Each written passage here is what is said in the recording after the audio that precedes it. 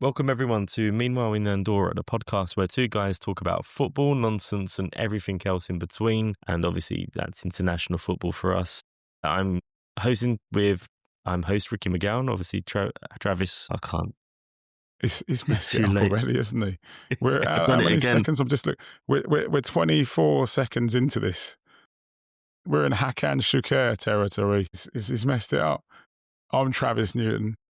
We just had a long old conversation about Ricky getting the intro right, and he got the intro, the actual "Welcome to Meanwhile in Dora," where two blokes talk about football nonsense and everything else in between. Okay, and then he actually messes up the bit where he says his name. Excellent. It starts with me to go on. It's actually got to that point where it's gone past of, when you would actually take this job off someone, where actually you're like, it's more comical seeing if he can actually do it each week. So we'll get there. We'll get there. Get there. Brilliant. Doesn't matter. It's our podcast anyway. We can mess it up Yeah, as much as we well, want. that's it. Yeah. And it's probably not going to be, it's not on any scale as compared to what we're going to talk about today as well. Yeah. Because, Can't get much worse than a No, he cannot get much worse. 2016 World Cup draw, or whatever it is. That was amazing. That, as I said, a spectacle of a World Cup draw was just weird, strange. Odd. I watched it in a pub, so I had no sound. Oh, I had sound for bits of it, but I probably wasn't missing much from a sound perspective. The sound was weird because it was sort of like, the only thing I could compare it to was a bit like Eurovision, where it was insanely quiet when the hosts were talking, or a bit like a Champions League Cup draw, I suppose. But yeah, more Eurovision, I would say, because it was just quiet, and then they would talk, but there was no noise because you couldn't hear. The crowd was just footballers or coaches waiting to see what the draw was. A bit like an Oscar. No reaction. It's a bit like an Oscar ceremony, maybe. Is that sort of thing, or I don't know. I can't. Yeah, they were just getting nothing from the crowd. So it was like you've got comedians on stage trying to deliver jokes, and everyone didn't know what to do. Yeah, of course. Kevin Hart was there, wasn't he? So, I mean, in my notes, I think I wrote Kevin Hart as one of the things I noticed. Yeah, it was just such a very strange. Yeah. And then that whole welcome, the start of it with the trophy, the present. Do you know what kills me about that is they literally did it like off the bat as well. It wasn't even like they waited for like half of like an hour or anything like that. It was literally like, right, yeah, we're going to do this now. Let's get this out of the way. Here's your gift for still allowing me to have the World Cup in your country, and whatever else is going on. And I'm not going to make any assertions about what is going on there, but like, such a weird, yeah. I'm worried. Obviously, not going to stray too far into politics because we're not lawyered up yet. But well, that was the thing. It wasn't like someone in his team has been like, because they must have proposed it originally to be like, we'll do this afterwards. We'll do this. We'll do the draw, and then we'll end with this big presentation. And then someone in his team has definitely gone, oh, everyone's going to switch off after the draw. Centre of attention. Let's swap it around. Yeah. Make it about you, and then we'll go into the draw. But it was like, even then when they went into the draw, everyone was just so confused as to their role or what they're doing. And well, that bit at the beginning, so first, I'm probably not going to go through my notes in order, but the first bit, one of the first bits, was the bit with the leaders of each of the host nations pulled their names out. And I was like, is that just to prove that their names were in the hat as well? I don't know. I didn't understand. I was like, just put them in their bloody groups. Draw them, yeah. Yeah. And you've got 3 teams. They're all seeded. Just put them in their groups. Like, what are we doing? It was so obvious that the people drawing just had no idea what they were doing as well. Wayne Gretzky looked like he was like, where am I? What is this? See, there you go. The benefit of sound. I didn't know Wayne Gretzky was there. I saw Shaq. Did Shaq draw? I saw him there. Shaq was there. He was one of the drawers. Tom, not Karen. Twitter West Ham fan here, mate. GSB out. Just getting booed as she's on stage. Or SB out, no. But no, it wasn't. Yeah, it wasn't. Yeah, Tom Brady. Tom Brady. I didn't. Because I don't know these people by face, some of them anyway. I probably should know Tom Brady's face, but I can't think of it. Like, without any sound, I didn't really take much, I was, and that's a few points in. Didn't sing any national anthems or anything like that this time round. No, well, it was funny because there was no, when they were like, it was like the hosts were hosting, we had Kevin Hart and the lady's name, I forget her name. And suddenly it was like they just, and Rio Ferdinand was there at that point. And it was like they just split off into two teams. And it was like one just went to the left of the stage and was like, well, I'm going to announce my celebrity jurors. And then Kevin Hart, I'm announcing mine. But it would only, there were people who were only really, they meant more to the people, I suppose, from those nations rather than anyone else outside too much. Right. So See, that's what I mean. I missed all of this. I missed all of this. Little intro videos. There was the other guy was a baseball player who's hit so many runs in the for I think it was I don't even know who it was for. Oh no, did I see it? No, I didn't. That was Aaron Judge. I know because I watch baseball. Was it Judge? And people Aaron Judge from the Yankees, yeah. And he was at one point, because this is me showing off my baseball nerdiness, he was averaging like 400 for the year, and then he's kind of dipped towards the end because the Yankees didn't win or didn't get to the. I think they reached the playoffs, but did they? Yeah, they reached the playoffs, but literally got knocked out in the first game of the playoffs, and he kind of had a bit of a dip. But yeah, there was a big thing about Aaron Judge. He's like an absolute beast of a man. He's massive. He's absolutely huge. He's absolutely huge, and he's like a monster. And it's like the Erling Haaland, I'd say, of baseball. Just smashes the ball out of the ground all the time, and yeah, he was. If you didn't see the intro, you would have just thought he was from NFL or basketball or something because he was just massive. He was just absolutely in it. Yeah, he got introduced on his side with Wayne and then Wayne Gretzky, and it was like I watch ice hockey, so I saw the video and I was like, it can't be like he's old, and then he just suddenly appeared, and it was like, oh yeah, he clearly don't know where he is. Like he didn't know what he's going to be doing. And then they went to the other side, and then Kevin Hart was like, we're going to announce Kevin Hart's side. Rio Ferdinand sort of announced them, and Kevin Hart had to act almost shocked that they were coming on. Right. Okay. So you had Tom Brady, and then you had Shaq, because him and Shaq have always had some sort of skit between them where he always winds him up, sort of thing. Oh, right. So they played on that, but it was sort of, they weren't given the airtime to sort of play on it, so it was sort of suggested rather than sort of anything really happening. Right. Two things there. I was going to say, so two things there. The first one is the fact that you watch ice hockey. I didn't know you. I mean, I've known you, almost 20 years now? You watch ice hockey. I didn't know that, mate. I think it's just because of this, like, it's Mighty Ducks. It's literally since Mighty Ducks. It is like... Because of an 80s film. Sold. They made a real franchise out of it. So when we went to... We did a tour on our honeymoon. We went to see the Mighty Ducks play. In LA Kings. It was amazing. Is there an actual team then? There's an actual team. I hope it was just a fictional thing for the film. There's an actual Mighty Ducks team. From the success of the film, you can invent a franchise, can't you? Yes. He supported a franchise, and they launched Mighty Ducks franchise in Anaheim. Okay. Is that Florida? Anaheim, Florida? LA. Is that Florida? LA, that's the one. I knew it was out that way. Because they used to have the Angels in baseball. Yeah. Yes. So they just and then all these franchises can just pick up and move, can't they, as well? Like, that's the other weird thing in American sports. Like the franchises can move area. So some of them end up in different regions and states. Yes, like exactly. You can, which is why you don't have the Anaheim Angels anymore. I can't even say. Yeah. I don't know where they are. They're somewhere else now. But the Anaheim Angels, I can't say Anaheim. But yeah, they're no longer there. But yeah, I didn't know that. And the second thing I was going to say, which is obviously steering it back to the notes because we don't want to digress too much, is Rio Ferdinand. You mentioned him, and we both had a bit of a chat about. I've no idea what that weird, aggressive piece was about. Danny Ramirez. Who the guy was. Is that who that was? Who is Danny Ramirez? He's Apologies to anyone who knows. Which was really weird because it was like the sort of task you'd give someone like an up and coming broadcaster or something, wouldn't you? Like normally, he gave off those vibes. Vibes. That's what I mean. We're talking like a lead actor who's in like Marvel films as well. Like he's been in a few of them, and amongst other things and TV shows. Okay. I think he has a loose connection to he played soccer in college. Like, it's the only connection I could think of when I was looking at it. I was like, what's his connection with football? And I found out. But yeah, apparently there's a news story where it was like, oh yeah, once soccer star turned actor. And it was like, he was on the bench at a college game and he got asked to be an extra and then it changed. And that was it. Like, excellent.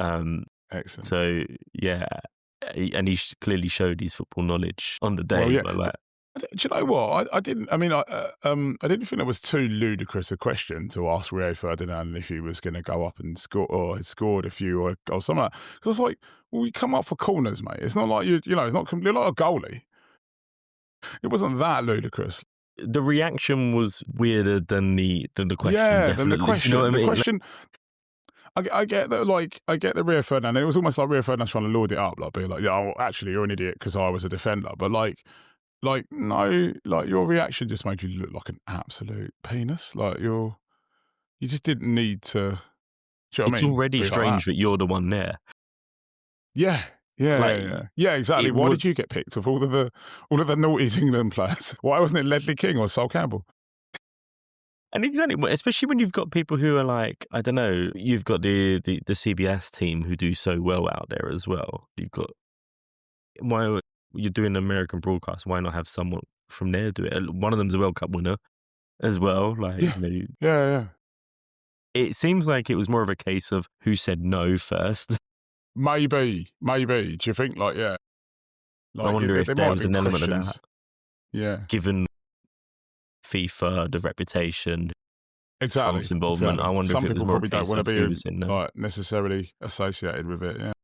Yeah, no, and because then Rio had that, he had a whole video which was very Eurovision-esque, which was like, we're going to go on to the draw, but first we need to explain how it's working, which I get, it's a new draw, there's more teams.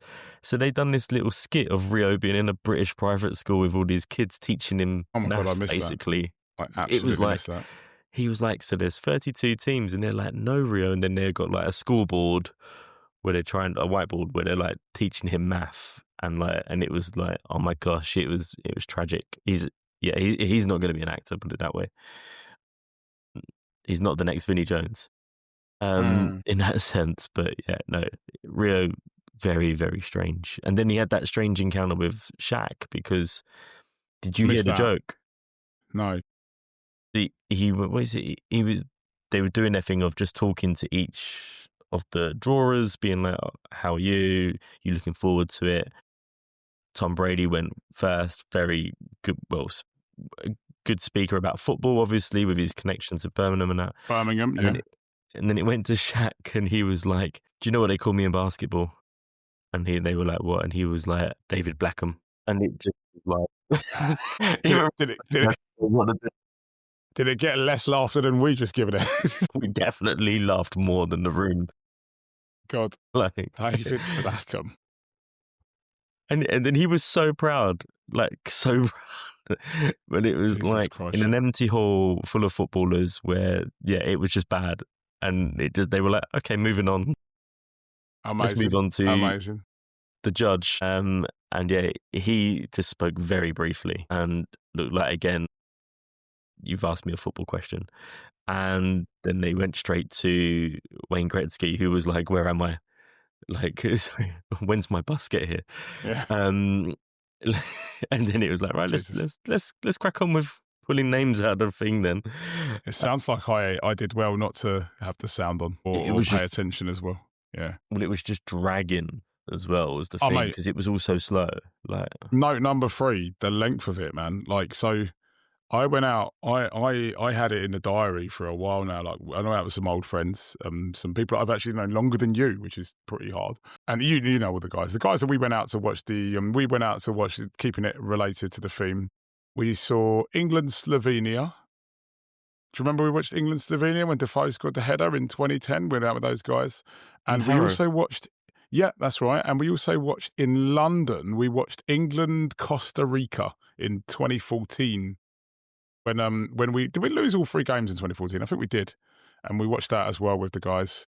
We go every year. Well, I've been to see England, Trinidad before I met you in 2006. Anyway, it's not about that. Those guys, I was out with those guys and went to the pub and sort of like we were like a bit of a Christmas do. So we went to the pub, had a few drinks and something to eat, right? We're sitting there, and I said to my mate, I get there, and I'm one of the first there because I'm working nearby that day. And I get to it, and I'll go to my mate, right, World Cup draws on at 5. You know me, I need to watch it. And he's like, yeah, no worries. He gets his phone out. We start streaming it off of his phone on iPlayer. And that's at 5 p.m. At about 5:45, we're like, actually, do you want to turn it off for a bit? Because I'm worried I'm going to kill your data here, mate, because I don't know what's going on, but we've not seen anything that looks like a name being drawn out of a hat yet. And then there was this story about, like, did you see the Spanish broadcasters that had only booked a slot of a certain amount, and they almost missed the end of the draw? I'm not sure if they missed the end of the draw or did, but they basically had only allocated a certain amount of time for the draw. And then when it dragged on, they were like, "Oh my god, we're gonna run out of time. We're gonna not be able to show like Spanish EastEnders or whatever it is that they show." EastEnders. So yeah, that was it was a really weird. It just dragged, as you say. Dragged is the right word, right? It just took forever. You see, I remember I had my daughter's swimming lesson at 5, so I was like, oh, I'm gonna miss some of it, and Holly was out on a Christmas deal, so on a Christmas work drink, so I was like, we'll just have to catch up. And then we got back home at 10 to 6, and then my phone went, I got a notification being like, oh, join us now for the live stream of the draw. And I was like, what? Like, and then you got on, and then I got to join it. And bear in mind, then I saw it. So it was already 45 minutes in, and it was still before they had, Rio Ferdinand have even for got all the the chance madness to that happened. explain Yeah, it. exactly. Yeah. So it was, it just, and then it went, and I was like, oh, I'll have it on the TV while I sort her out and blah, blah, blah. And then in the end, I was like, I can't. I'm going to have to go and get it sorted out before the draw's even done. Yeah. It wasn't even started. Going to have to base my life around this broadcast. Yeah. Daddy, are we going to bed? No, I need to see if Scotland have been drawn yet. Yeah. So no, it was just drawn out massively too long. So drawn out. Again, maybe that was the Eurovision vibe for me, where I kept giving it. It was just one thing after another. The problem also is that 48 teams, man. Like, we looked at one point, we were like, oh my God, there's a Group L. Like, I've never seen a Group L in anything, in the Champions League, in the World Cup, anything. It's wild, a Group L.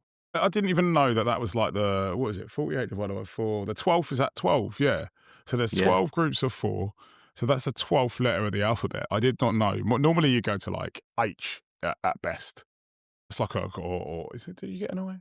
I don't know. But like, yeah, you normally don't go as far as L on the alphabet. Sooner or later, it's going to be like, it's going to be crazy. Like, you're going to end up with like Group Z or Group T, maybe, if more realistically. But it's mad. It's absolutely mad that, like, they went that far. And then even in the second round, like the permutations for that second round bit as well. Like, I was looking earlier because I was kind of like, right, okay, obviously I do my spreadsheet and my World Cup sweepstake every year. And the permutations are absolutely wild. Like, there are 495 different combinations that you can get because of the fact that you can have so many best third place teams. 495 different permutations of those best third places. It's like, man. I mean, listen, don't get me wrong. I like more football. I like, the World Cup, and I'm not complaining. Well, I don't know whether I'll be complaining at all, but like, it's just a bit much, man. Like, you could have probably just kept it at 32. Bookie's dream, maybe. Excel nightmare. Bookie's dream, Excel nightmare, mate. It is an Excel nightmare. When people are messaging me saying my spreadsheet doesn't work, bloody hell. And I was like, we're going to get a lot of people going, I'm definitely qualified, and we're like, you're not. Not, because when I read it was 495, I was in disbelief. I was like, that is actually mental. That is crazy. Like, and then it was obvious when they were doing the draw, because it was like there were so many restrictions. And then that kind of happens. I was kind of, again, I was being me and being a bit weird about it and explaining it to my mates in the pub with the whole like, oh, you can't have more than 2 UEFAs in a pot. And then I don't know if you have more this time round, or is it because they would have expanded it? They've made it because in the past it's still 2. Is it still 2? Because in the past you could potentially have 3 UEFAs in a pot. Sometimes they'd always have a group where they'd be like, right, there's going to be 3 UEFAs in this pot, but okay, so it was 2, yeah. And then obviously the other ones are like, you can't put more than 2 of any other confederation in there as well. So like, yeah, just so weird, man. And then it was the ranking of, depending on who got drawn and what group they in, then was their position in the group as to when they were playing. And again, that's the thing as well, because that's when you play. Yeah, because they that's the thing they always do as well. So then you go, like you say, like, the seed are 1, and then if you're 2, then obviously you play the seeds further away. 3, you play them second time round, and then 4, you play them in that last game that's the same time as the other one. But that's the thing. But like, it's just that, it's a very. Hopefully, by the time we do Euro 2028. Everyone will be well familiar with it because we'd have told them about it and thing. But like, that's quite a standard thing. But like, just in general, like it was like I said, it just added to it being drawn out, right? Going up to Group L and having all of these permutations and stuff like that, and everyone's kind of like, I've watched Shaq on the stage for like ages now. Like, can we just get on with it? It's probably just makes it even more slow. The funny bit about that was when Brady had done his draw. And then they went to Shaq, and he was like laughing. You could tell, like Brady, like undoing the balls and being like, this should be easy. They're little balls. And then you see these massive hands take up this little ball, and then it was like, I can't actually twist it, and it weren't. I was just like, why have they made it so awkward? So fiddly. Sounds too big to draw a World Cup ball. So suddenly the automated draw format just looks so much more appealing than anything. I don't know why. Next time. AI. Was it the Champions League who did that, didn't they? They've been done the last 2 draws automatically. Oh, since the new format this year and last year. They still do a big thing, and it's like they have a big thing about the person pressing the button. So someone draws the team, and then it's like, you press a button, and then that tells you all their games. But I guess that's them trying to just softly introduce this new format, I guess. I'm sure for like conspiracy theorists abound with that sort of thing, like, because as a follower of Athletic Club and Bilbao, I can tell you they've had a terrible draw in the Champions League. They had PSG, who they drew with this week, Dortmund, Arsenal. I think Karabag is the only rubbish team they've played so far. They've literally played everyone. And Newcastle they played as well. They played so many hard teams, right? Flip that on his head. Who the hell have Spurs played so far? And I'm not just saying that because I don't like Spurs. Who they played that are good? PSG? That's it. Who did they play yesterday? Was it Sparta Prague?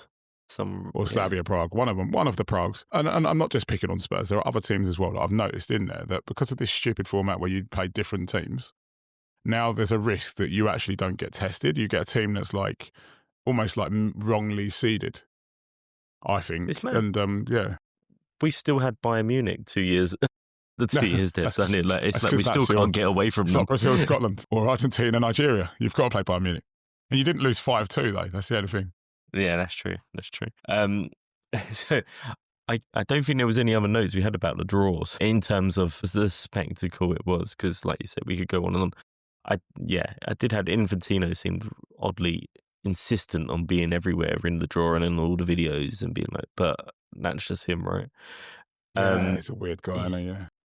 He strikes me, that person is like when you're in the office and someone gets a job at a high level and they don't expect it, and then they're like, something they just want to be in everything, and it's like, right, it's weird. It's like, right, we don't expect to see him here. Now he's there. He just wants to be on everything. But yeah, so I guess we'll take a break there and head in before we talk about the actual groupings. Yeah. The football side of it. The actual football, and stop talking about the Champions League.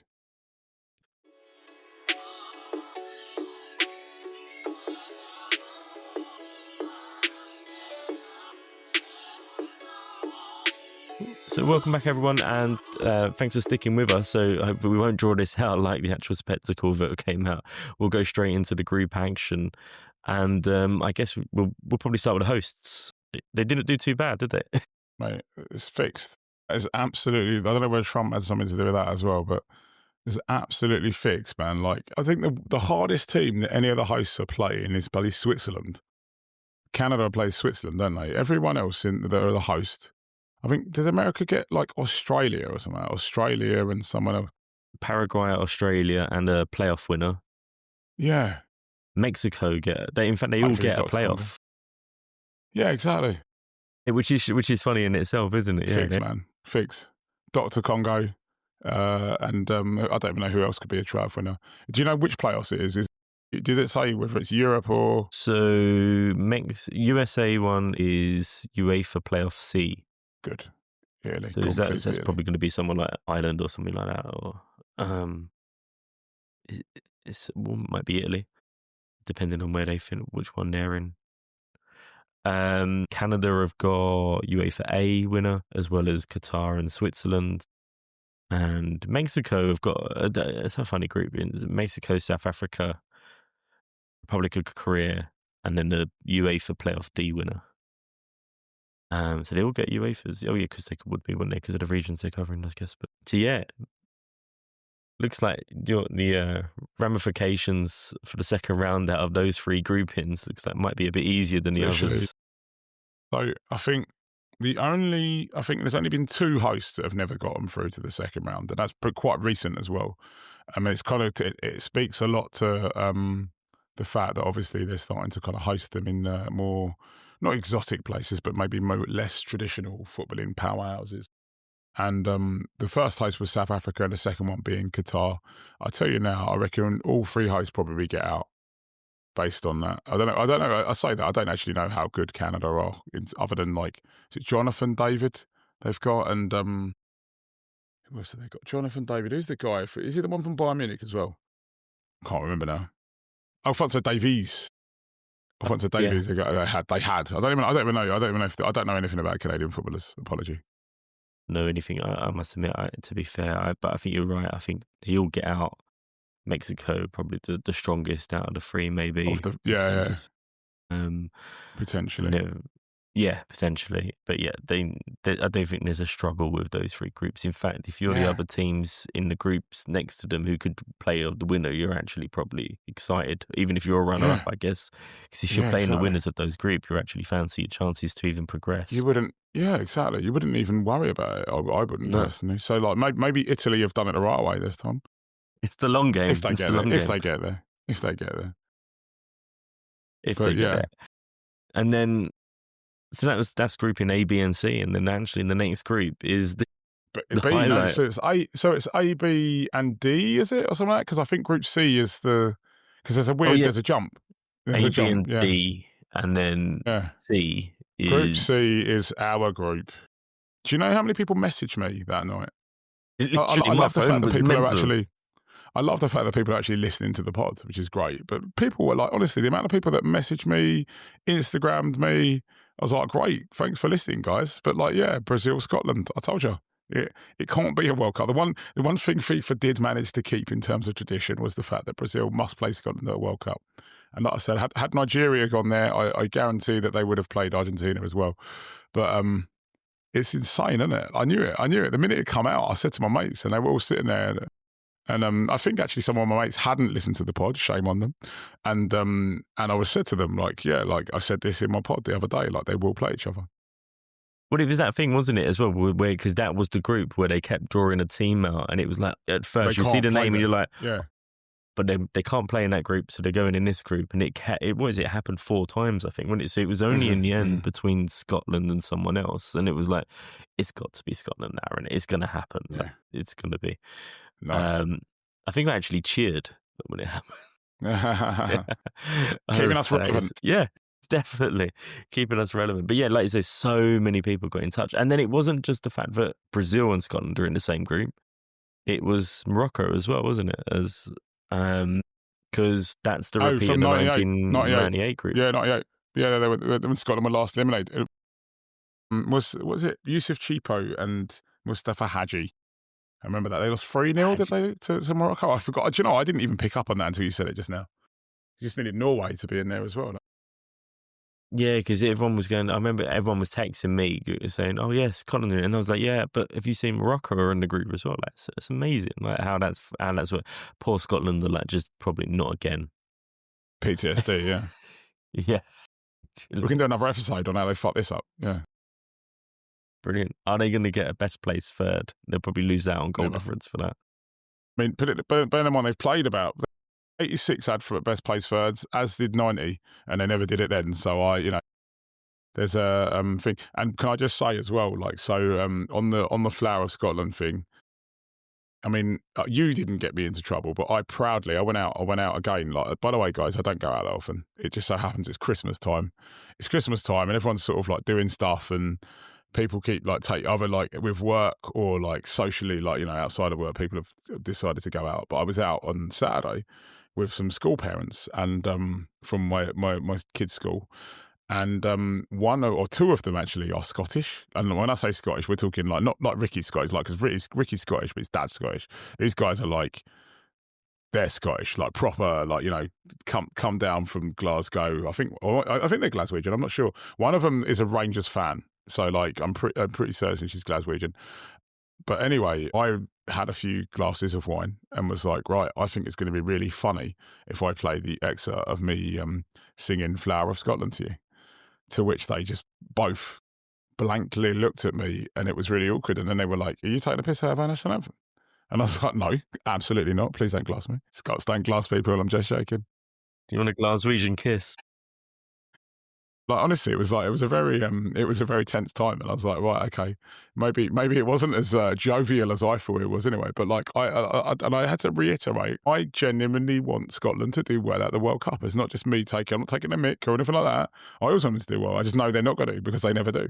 But I want them to do well. They're almost like a plucky underdog that you've got some sort of connection to, because I think I could play for them, right? Like, I can't. I'm not good enough. I think you qualify, don't you? Like, there's an agreement that typically, like, you know, you don't go to, you know, a country that like that you know, between all of us, we go, right, then we're gonna, you know, we're not going to do that, because obviously we poach lots of players from them. Yeah, Declan Rice. I'm Scottish, guys. You can't take the mick out of me. I'm not saying I'm Scottish. It's that thing, isn't it? I think it's more about the case of what the song's about more than anything else. I think that's where they take pride in it. I'm gonna learn the words. When will we see the likes again? Proud Edward's army, we sent them homewards to think again. Well, because King Edward rode up to the border, then he saw them and then went, nah, sod this, and they went back. So it's about the song. Yeah, it's about that battle, or that never was in that moment. I think. Yeah, it's the whole thing about it. So I think that's why they probably get annoyed, but it's one of those weird things, isn't it? Is that whole thing, we see it as the plucky underdog where we want to see them do well. There is an attachment, but we know the other way around is the complete opposite. like we see, it's a thing every tournament, isn't it? Scotland fans travel to wear the shirts of other nations just to see if England lose. Which is just, it's a strange thing, but you know, we do actually on here want to see Scotland do well at the World Cup. I know I will be, for one, supporting them when they play Brazil and Morocco, because I just think it'd be amazing. You can't, yeah, right? It'd be hilarious. Well, and then when they lose, I can actually rub it in as well. There you go. It's the best of both worlds. Yeah. So yeah, so we'll try and come up with more predictions for you guys as the pod goes on, but definitely there was a big win there in that draw for that. And then we go into... The next one I had was, I don't know whether it's the next group, but Germany are playing Curacao. It is the next group, yes. There, and I know Germany aren't great, or aren't the Germany that, you know, we're used to, but I think the record for the biggest win at the World Cup is El Salvador against Hungary in 1982, and I think it's 11-1. And I'm like, can they break that? There is and I wrote this word for word in my notes, and I said that the masochist in me, and I can't spell masochist, just like I can't spell Liechtenstein, and it took me about 20 goes on my phone, and my phone still didn't know what I was trying to write. And I was going to just write what I think it sounds like phonetically. The masochist in me likes to see this stuff, man. I don't know why. Like, it's like when Tahiti qualified for like was it Tahiti? They qualified for the Confederations Cup in like 2013 and got beat like 11-0 by Spain or something silly like that as well. And like, I don't know, there's something about me that's a bit like, go on, do it, get another. And like, the wanting to back the underdog goes out the window, because it almost was a bit ludicrous. Like, the underdog was never going to get anything. But then that's going to be a true test, because really, is it going to be like we said before, where like you've got like teams that are now got players that play in European leagues, and maybe are a bit wise and they're not just going to turn up and play 4-4-2 against Germany and get absolutely spanked? Or is it a case of like this World Cup has just been expanded too far and you've now got absolute dross qualifying and Germany are going to give them a lesson? It's going to be like round 3 of the FA Cup or something where it's like some of these guys we fight, there'll be articles on the day of the game where it's like, this guy's a part-time plumber. Yeah. Yeah, I know what you mean. Like, you do want to see it, and I am excited to see that. I think if they got Norway, I would have been worried for them. Haaland would, Haaland's got no mercy, hasn't he? Yeah, that would have been like 11-0. No chill, double figures easily if you play Norway. Yeah, doesn't care. I think he just wants records. Yeah, that's it. It's like, can we go again? It's like half time and they're just dead. That Simpsons meme where he's killing the Krusty Burglar. That's Haaland, yeah. Yeah, it would have been great to see. No, but he, I can't. I think it depends what Germany turns up because I think Germany's got awkward games in their sense, like because, like you say, the other teams, Ecuador and Ivory Coast. So they're not going to be easy games for Germany. I think those ones because they've got talented players and they know football, like you say. Did Ecuador come second or something in their thing? But they didn't do so badly, did they? No, they didn't do badly at all. So I mean, they're ahead of Brazil. So yeah, exactly. They were quite comfortable. So like, you as you say, like you don't write them off. Yeah, I think that group will be an interesting one to watch because it could really slip up for Germany. And I mean, I know it happened to them at the last tournament. So last two, last two tournaments. Actually, yeah, you're right. So yeah, you'd hope to think it wouldn't happen again to them. Well, they're hoping that certainly. But yeah, we'll see. I think Carousel might be the last. Like if they can score loads of goals, Serge Gnabry would get like 4 goals or something. Get your goal difference up. Get Thomas Muller back in to get him break the world record. The record. That's what you wanted to do. Get Gerd Muller back in for these guys. Bloody hell. Play Wayne Gretzky, it'll be fine. So no, that's an interesting group. And then next we have got it's the Netherlands group, isn't it? Yes. Was that a tough one? I felt like I remember seeing that and thinking, what is that? Netherlands, Japan? Yeah, Tunisia. Someone else? Tunisia. And a playoff. And a playoff. And they all feel like reasonably strong teams. Not nothing amazing. So you'd imagine that you'd think the Netherlands would be quite comfortable. But they're like nothing like, there's no real, like, it's not like an absolute David and Goliath. It's like FA Cup Premier League team against like a championship team or like a lower ranking Premier League team. Yeah. Well, Japan are always like a good cup team, isn't they, in the World Cup? They're always good value to watch. It's not an easy game to play. They knocked Germany out last time, didn't they? That's the thing, isn't it? They knocked Germany out. Yeah. I think that'll be and Tunisia are hard, like in that sense. I think that'll be a really good group to watch. And you got a UEFA B winner in there, so that could throw in another stronger team. Yeah, and you never know what Holland team turn up at a tournament, like in that sense. So yeah, that can't be. I don't think that'll be as easy as people think. I think when people looked at it, they were like, "Oh, Holland are fine." But actually, I think that's going to be an interesting one to watch. Yeah, definitely.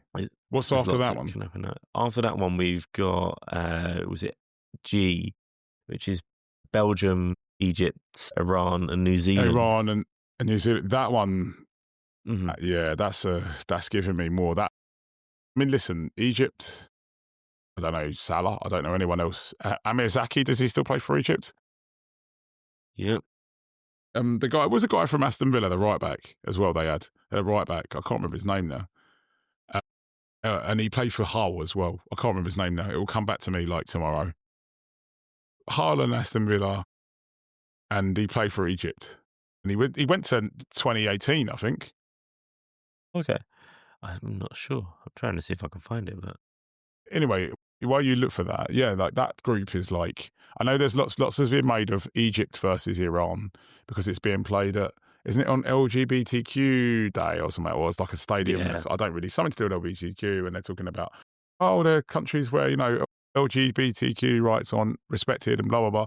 And, obviously great that it is being played on that day and that, that's getting sort of, I don't think it will be a deal for either team. Like, I don't think either team sort of like thinks we need to repress these people or anything like that. So like, I don't know, maybe people are making too much of it. I mean, worry about where it's being hosted more so than sort of like, assumptions about what people think about LGBTQ rights based on their religious beliefs. But that group just says to me, I mean, don't get me wrong, I'm going to watch it and I'll watch all of it, but it's one of those ones where you think, I'm not sure there's going to be a good game in that group that I'm going to watch and that I'm going to be interested in. That's going to be the sacrifice at the point when you're watching so much football. When it comes to that group, you're going to be like, if there's one that I need to like miss or watch the highlights, that's the group. I think that's going to happen. And you expect Belgium just to stumble through that group and be like... You'd imagine, they probably won't have to do anything. Even though they did struggle to beat Kazakhstan, you'd imagine they'd... Was it El Mohammadi? El Mohammadi? Oh, that's the one. Yes, El Mohammadi. Yeah. That's the one, yeah. Right back. Yeah. I don't think he's still playing anymore, at least. He looks like he's stopped now. Well, they might bring him back. Play for Hull and Aston Villa. Hull and Aston Villa. And I think Egypt. Sunderland as well. Did he? Yeah. There you go. Got a picture of him with Steve Bruce.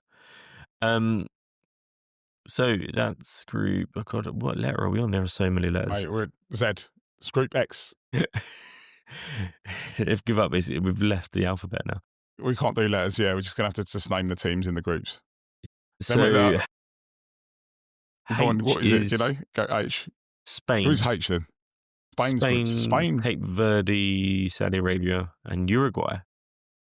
Another half-decent group, I think, potentially. Yeah, Uruguay is a great one to have in that group, I think, and a good one that would be a great game with Spain, I think. That'd be a good one to watch. It'd be interesting to see what happens if Spain play Cape Verde as well. Do they just get goals? Well, that's the thing. I think Cape Verde are better. Like, it's not like a Curacao. Because remember, Curacao have gotten through because they've just gone, right, okay, we're going to give more places to CONCACAF.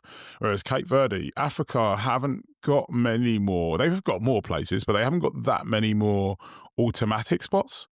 So Cape Verde, I think, are not the real deal, but they're better than, they're better than you'd imagine, like the average team in sort of like CONCACAF are. So I think Spain, listen, Spain are probably my favourites to win the whole thing.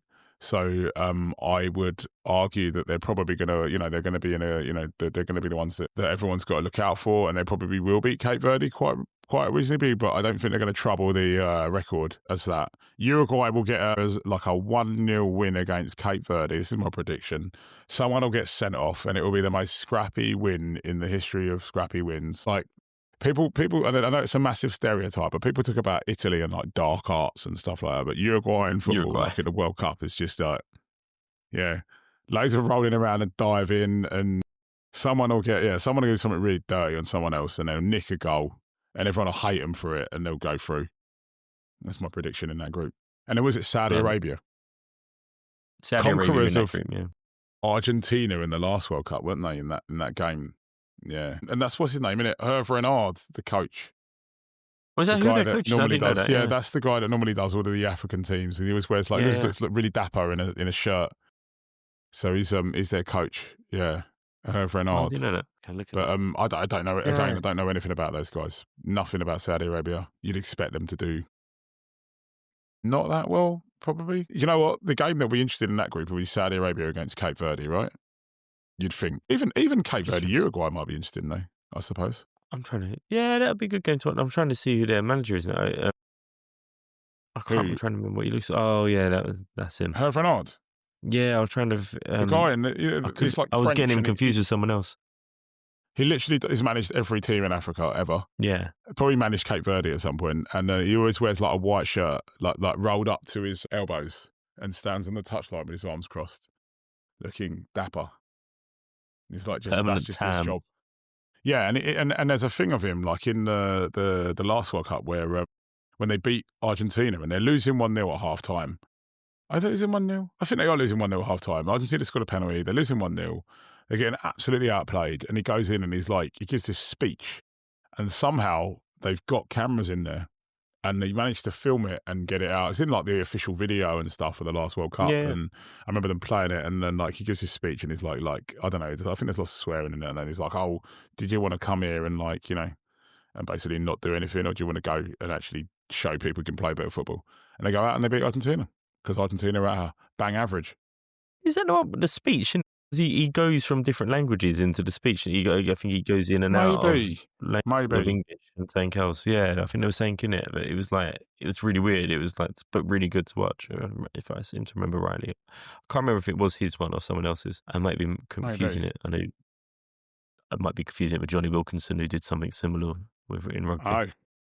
He literally went into because when he moved to France and he played in France, it was like the Heineken Cup final. I think he was in the dressing room and he'd done a speech, and it was like half French. It was like fluent French and English. It was mental. Pretty cool. It might have been that I'm confused with. So we got that group, and that was H. So we got H. four. I do know Group I because I wrote it down. Group I is France's group. France and Senegal playing each other again. Yep. Potentially the first time since 2002. Another colonizer versus colonizer. Can't say the word. Colonized versus colonizer. Yeah. France against Senegal, which was interesting in 2002. Win. Yeah, and Senegal are decent. Obviously, they beat us in the summer. Yeah. Got a couple of decent players. That is a hard group. That is like a genuine. Who's the other two? The other one's a playoff, and the other one is Norway. Right. Yes, because I remember thinking Haaland versus Mbappe when I saw it. Yeah. That playoff. Interesting. Right. Yeah, that'll be... And it's the FIFA playoff. So it's one of the March Madness ones. So you think about it, right, that can't be... So on that can't be Congo. If Congo go through it, can't be them. So it will be one of Bolivia, Jamaica, and... Possibly. And what was it? I think New Caledonia. Oh, wow. New Caledonia. Oh my God. Ricky. Haaland. Yes. Haaland against New Caledonia. Get your cricket scoreboard out, man. Just Haaland. Just team sheet Haaland. Haaland and Odegaard to give him a ball. Haaland, first minute, third minute, fifth minute. Just enough time to kick off and get the ball back. That would be amazing. Please let New Caledonia... See, the masochist in me. Let New Caledonia get to the World Cup and play Norway. That would be absolute. I'll be baying for blood. Thumbs down, like in the Colosseum. At the end of the game, they're just there beaten, shin pads everywhere, tape everywhere, and it's like, don't worry, lads, we got Mbappe's France next. We've got Mbappe next week, yeah. Could you imagine? We're about to see the worst goal difference. They'll go easy on them, France. They'll scrape a 1-0 or something. This would be hilarious. That'll be, so yeah, we're guessing Senegal getting best third place, just maybe on goal difference. I know, it would be, yeah, they've got some decent players. You know what would be interesting? I was just thinking when you were talking about Senegal, the African Nations, which is on Channel 4 this January, it would be really cool, like, to see who looks good in that, like, and understand sort of like maybe teams to look out for, I'd imagine. But yeah, like they're showing every game as well, aren't they? Yeah, they are, the whole thing, which is great. Yeah, it's absolutely brilliant. So that's Group I. We probably, in the interest of us not spending too, decided Group J. Is it J? Is Portugal? No, Argentina. Is that Portugal or is that the next one? Oh, Argentina. Argentina, Algeria. It's like A's. Argentina. Yeah, Argentina, Algeria, and Austria, and Jordan. And then Jordan. Yeah, which is another one again. Argentina, Jordan. Although I don't rate Argentina that well. So like I think they might. Yeah, while they might, get maybe 5 or so against Jordan, I don't think that. It's a bit like the Belgium group, isn't it? Where it's like they're not playing great, but given the teams, it's a bit like what we. I know your notes about Portugal. We're going to talk about Portugal trip, Group K, Portugal playoff winner, Uzbekistan and Colombia. It's honestly, like they just want to keep Ronaldo, Messi and Ronaldo, isn't it? They want to keep them happy.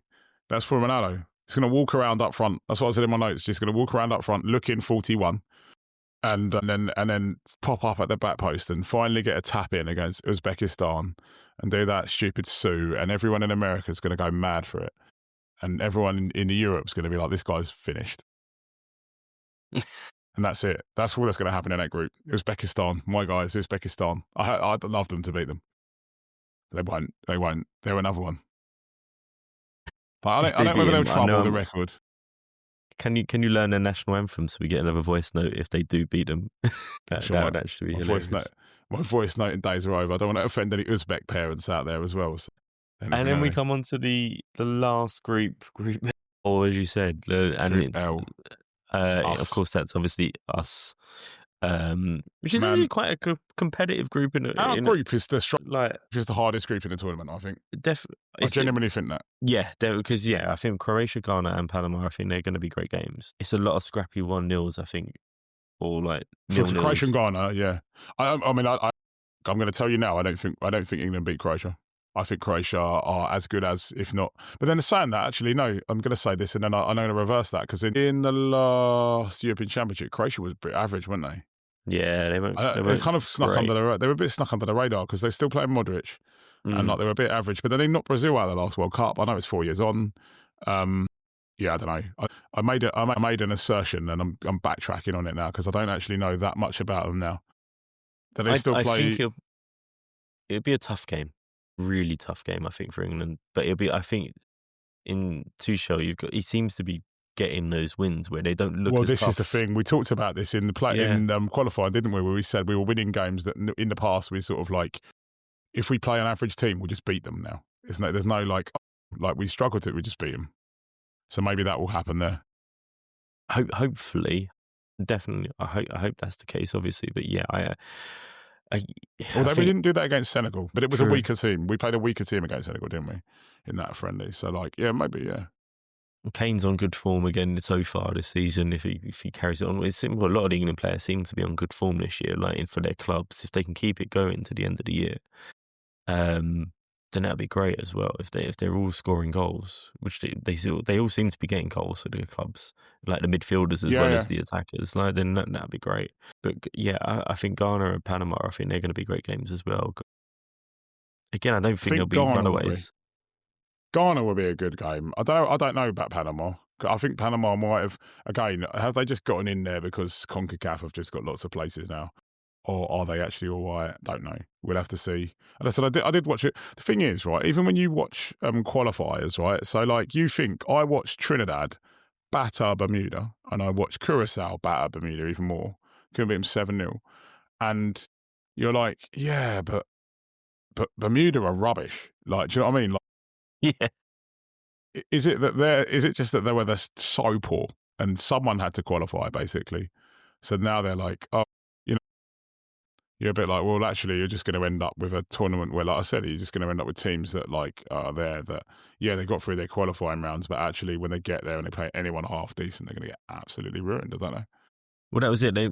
They qualified with the last game they had to win, but they beat El Salvador 3-0, and you're like, well, it's El Salvador.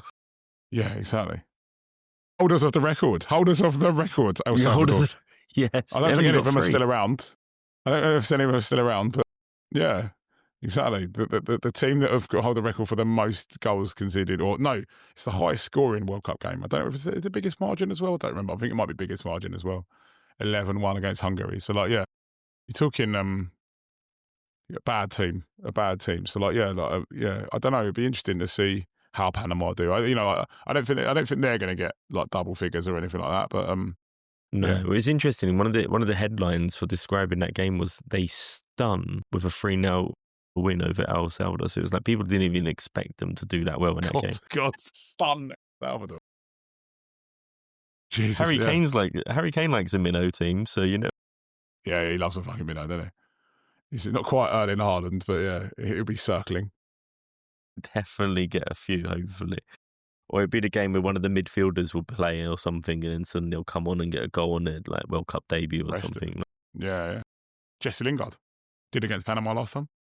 Yeah, that's true. Yeah, that would be like Madueke will come on and or start and get like 3 goals or something like that in the game he starts. And there'll be a quiz question in years to come. Yeah, that'd be amazing. So that's the groups all the way through to 12 groups of L. L for long.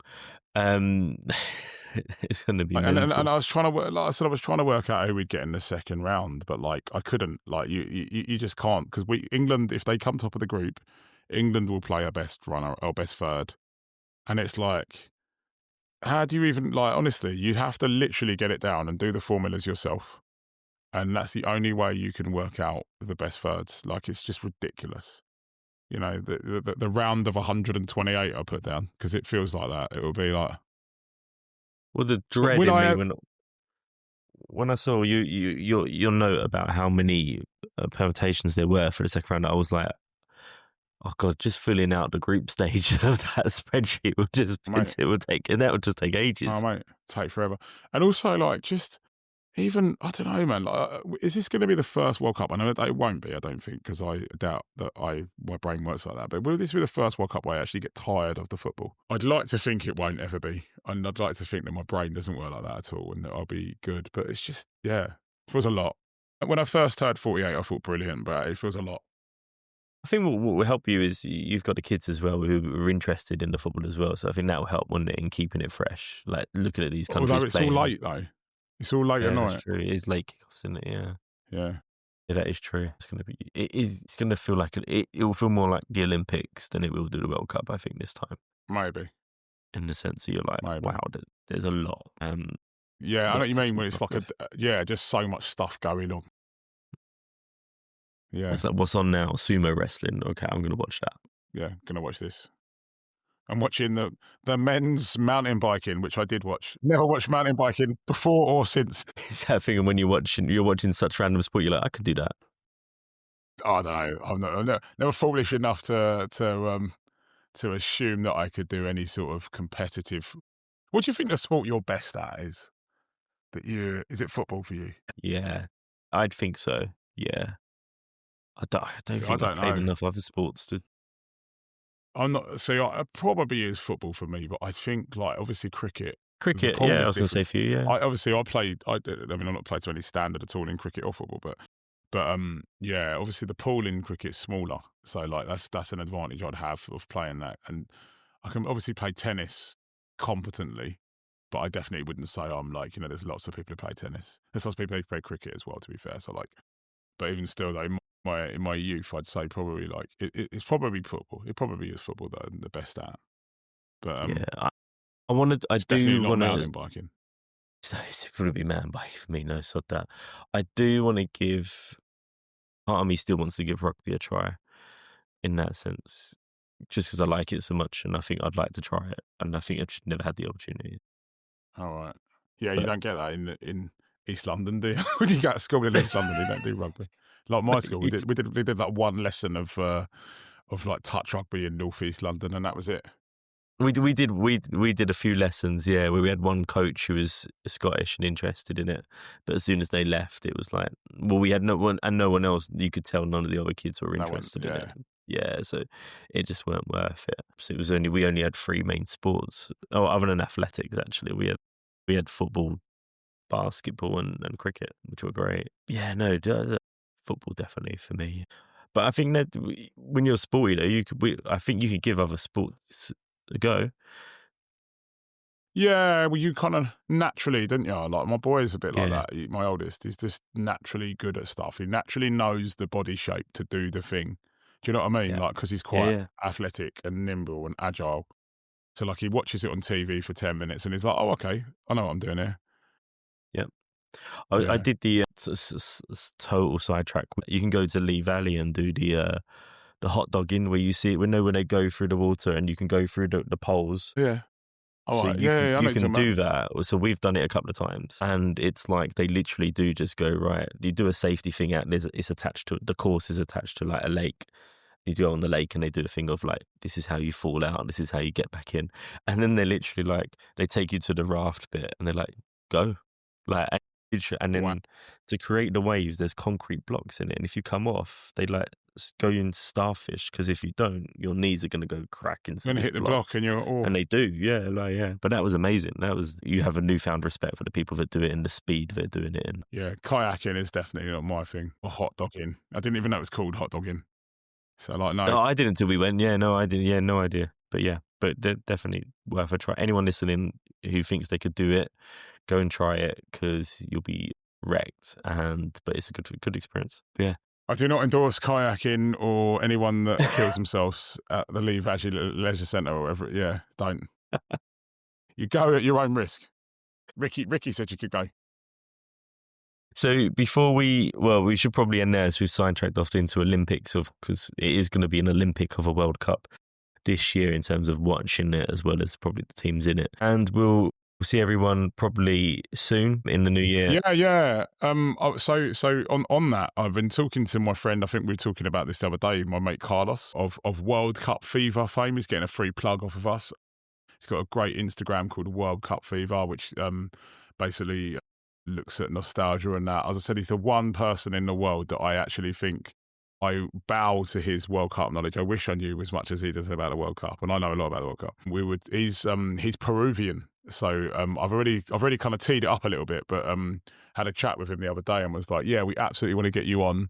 Said to him, maybe for now to talk about like the recent South American qualifiers, and maybe we can talk about like whether Argentina are gonna like batter their group, and whether Ecuador and Colombia and Paraguay are any good, and whether Brazil are gonna Brazil Scotland basically. So yeah, be an interesting chat. Obviously Peru didn't make it this year, but we still got Bolivia and March Madness as well.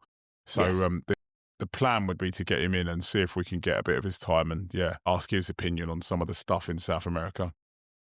Definitely, yeah, that'd be a great one. And then we got, like you say, we got the African nations as well to cover in terms of just watching that and seems who looks good, who don't look good, and everything in between on that tournament as well. So definitely lots to look forward to in the lots to come. Lots to come. Yeah, wicked. So thanks everyone for joining us this week, and we hope you all have a great Christmas and New Year as well. Thanks for listening, and we'll end it there. So thanks, Trav, and I'll see you soon. Cheers, Ricky. I'll speak to you later, mate. Take care.